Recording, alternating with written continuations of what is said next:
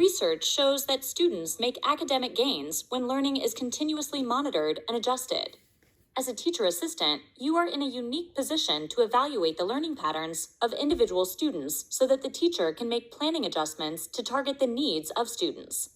Let's learn more about a teacher assistant's role in keeping records and assessing student progress.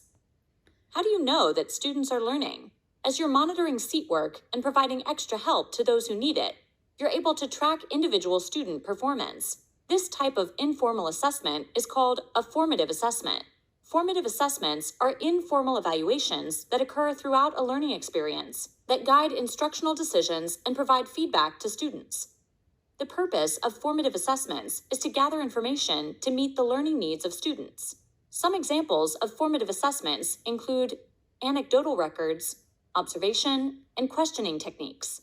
Formative assessments are not intended to be used for students' grades, but provide information necessary to help teachers target instruction based on the needs of students.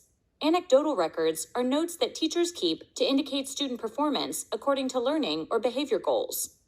Observation is watching students perform a learning activity to determine strengths and weaknesses so that students may receive targeted remediation. Questions provide insight about how much students understand. Teacher assistants use assessment tools to turn the mental notes they make throughout a learning segment into useful records. Let's discuss some assessment tools that should become familiar to teacher assistants. Rubrics measure performance on a fixed scale, using detailed descriptions of criteria that define each level of performance. Rubrics not only measure student progress, but can be used as a learning tool to help students move to the next level. They work best with writing, projects, and performance-based learning activities. Analytical checklists outline student performance expectations and can be checked off as students show mastery of each skill. Checklists notate the mastery, but they do not provide information regarding the degree to which the student is performing. They work best in subjects where learning takes place in increments, such as athletics, instrumental music, languages, math fluency, and pre-reading skills. Anecdotal notes are written records of student observations. Records should be specific, objective, and focused on outlined criteria. Anecdotal notes may include information about learning and/or behavior. Behavior scales are used to gather information about challenging behaviors.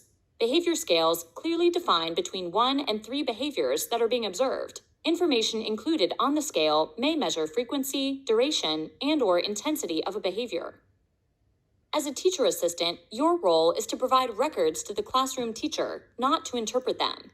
Data that's collected should be as matter of fact as possible, withholding inferences, opinions, or emotions. Generally, the records that are kept should be aligned to the learning or behavior goals.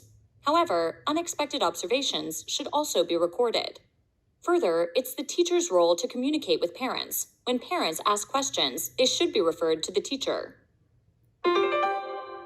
Teacher assistants collect information from formative assessments that help teachers identify learning patterns and plan activities that will target student learning needs.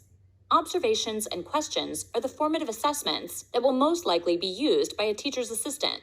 You can turn your mental notes into useful data by providing objective anecdotal records. Other assessment tools that may be used include rubrics, checklists, and scales. Information provided to teachers should be fact-based and free of inferences, opinions, or emotions. The teacher assistant communicates with the teacher, and the teacher communicates with parents. Parents with questions should be referred to the teacher.